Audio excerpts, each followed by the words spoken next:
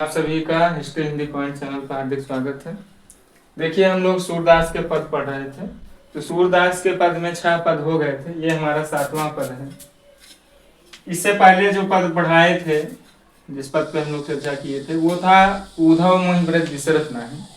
तो ये जो पद था हमारा, देखिए सूरदास की 3 रचनाएं हैं: सूर सागर, सूर सारावली, साहित्य लहरी। तो ये पद जो हैं सूर सागर से लिए गए हैं, सूर सागर से लिए गए हैं। सूर सागर से ही यह पद भी लिया गया है। सूर सागर में एक चैप्टर है, कह सकते हैं, उसका नाम है भ्रमर गीत। तो यह पद जो है भ्रमर गीत से लिया गया है, भ्रमर गीत। तो यह पद भ्रमर गीत से लिया गया है। इस पद में है क्या कि श्री कृष्ण को ब्रज की याद आ रही थी। इसके पहले वाले पद में बताए थे। तो जब श्री कृष्ण को बहुत याद आने लगी तो वो अपने मित्र उद्धव से कहते हैं कि हे उद्धव, तुम तो योग के काफी बड़े ज्ञानी हो, तो जाओ और गोपियों को समझाओ कि मुझे याद न किया करें, क्योंकि जब वो याद करते हैं तो हमें भी याद आती है। तो शायद अगर ऐसा करो तो कुछ अच्छा हो जाए। हालांकि उद्धव को ज्ञान लेने के लिए श्री कृष्ण जी ने भेजा था, क्योंकि उद्धव को कहीं न कहीं अपने ज्ञान का घमंड भी हो गया था और वो काफी गर्व में थे कि हम जाएंगे, समझाएंगे गोपियों को, तो गोपियां तुरंत मान लेंगे हमारी बातें और ये जो वियोग है, जो याद आती है, रोना है, या ये जो भावनाएं हैं, ये सब जो है दूर हो जाएगा। तो जाते हैं, उद्धव जब समझाते हैं तो गोपियां नहीं मानती हैं। अंत में गोपियां रिप्लाई देती हैं उद्धव को। उद्धव से कहती हैं गोपियां कि उद्धव मन न भय 10-20, कि हे उद्धव, मन न भय 10-20। मन जो है एक ही होता है, 10-20 मन तो होता नहीं। तो कह रहे हैं कि उद्धव मन न भय 10-20, कि हे उद्धव, मन 10-20 नहीं होता है। एक हुतव सो गयो श्याम संग। एक हुतव सो, एक ही मन था, कोई 10-20 मन तो है नहीं, एक ही मन था। जो एक मन था, गयो श्याम संग, वो तो श्याम के संग चला गया है, वो तो श्री कृष्ण के साथ चला गया है। को अवराधे ईश, अब दूसरे ईश्वर की कौन पूजा करे? को अवराधे, कौन आराधना करे? ईश, तुम्हारे ईश्वर की, तुम्हारे निर्गुण ईश्वर की, निर्गुण ब्रह्म ईश्वर की कौन आराधना करे? एक ही मन था जो चला गया, किसके साथ? श्याम के साथ चला गया। इंद्री शिथिल भई केशव बिनु, इंद्रियां जो है शिथिल हो गई हैं केशव बिनु, शिथिल होना, कमजोर हो जाना। इंद्रियां शिथिल हो गई हैं केशव बिनु, केशव माने श्री कृष्ण। श्री कृष्ण के बिना जो हमारी इंद्रियां हैं वो काम करना बंद कर दी हैं, वो शिथिल हो गई हैं। ज्यों देही बिनु शीश, और हमारी स्थिति ऐसी है ज्यों, जिस प्रकार, देही बिनु शीश, जिस प्रकार जो देह है वो बिना शीश के हो जाती है, जिस प्रकार जो धड़ है वो बिना सिर के हो जाता है।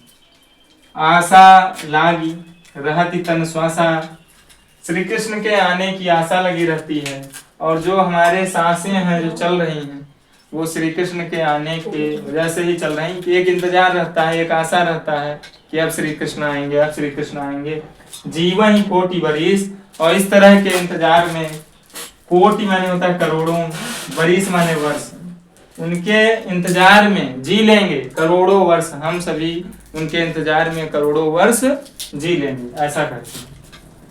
फिर कहती हैं गोपियां, तुम तो सखा श्याम सुंदर के, कि हे उद्धव, तुम तो सखा श्याम सुंदर को, सखा माने होता मित्र, कि तुम तो मित्र हो किसके? श्याम सुंदर के, सकल जोग के ईश। हे उद्धव, तुम श्याम सुंदर के सखा हो, सकल जोग के ईश, सारे योग के, सारे योग के, जोग के ईश्वर हो। तो आप ही बताइए कैसे हमें श्री कृष्ण तक पहुंचा जा सकता है। तो ये जो है उद्धव जो थे योग मार्गी थे, योग की शिक्षा दे रहे थे। तो गोपियों को निर्गुण ईश्वर की आराधना करने के लिए प्रेरित कर रहे थे, तो वो करना नहीं चाह रहे थे। उनका ये कहना था कि एक हुतव सो गयो श्याम संग, एक ही मन था, कोई 10-20 मन नहीं है, एक ही मन था, वो श्याम के साथ चला गया। अर्थात वो श्री कृष्ण के अतिरिक्त और किसी की पूजा या आराधना करना नहीं चाहते। फिर कहते हैं कि सूर हमारे नंद नंदन बिनु और नहीं जगदीश। सूरदास कहते हैं कि गोपियां कहती हैं हमारे नंद नंदन बिनु, हमारे नंद नंदन अर्थात श्री कृष्ण के अलावा और नहीं जगदीश, और कोई ईश्वर नहीं है, और कोई जगदीश नहीं है, ऐसा गोपियां कहती हैं। ये देखिए अर्थ था, एक बार और देख लीजिए। उद्धव मन न भय 10-20। गोपियां उद्धव से कहती हैं हे उद्धव, हमारे पास कोई 10-20 मन नहीं है। एक हुतव सो गयो श्याम संग, एक ही मन था जो श्याम के साथ चला गया है। को और राधे ईश, अब दूसरे ईश्वर की आराधना कौन करे। इंद्रिय शिथिल भई केशव बिन, केशव श्री कृष्ण के बिना इंद्रियां जो है शिथिल हो गई हैं। और हमारी स्थिति इस तरह है ज्यों देहि बिन शीश, जिस प्रकार से देह बिना सिर के हो जाती है। आशा लागी रहती, श्री कृष्ण के आने की आशा लगी रहती है। तन श्वासा, और तन में जो हमारे सांसें चल रही हैं वो भी श्री कृष्ण के आने के इंतजार से के कारण ही चल रही हैं। जीवन ही कोटि बरिस, और उनके इंतजार में हम जीवन ही कोटि बरिस करोड़ों वर्ष जो है जीवित रह लेंगे। तुम तो सखा श्याम सुंदर के, कि हे उद्धव तुम तो श्याम सुंदर के सखा हो, सकल योग के इस सारे योग के ईश्वर हो। सूर हमारे नंद नंदन बिनु और नहीं जगदीश। यह सूरदास जी कहते हैं कि गोपियां कहती हैं कि हमारे नंद नंदन बिनु, हमारे नंद नंदन अर्थात श्री कृष्ण के अलावा और नहीं जगदीश, और कोई ईश्वर नहीं है, और कोई जगदीश नहीं है। ये देखिए इसका अर्थ था।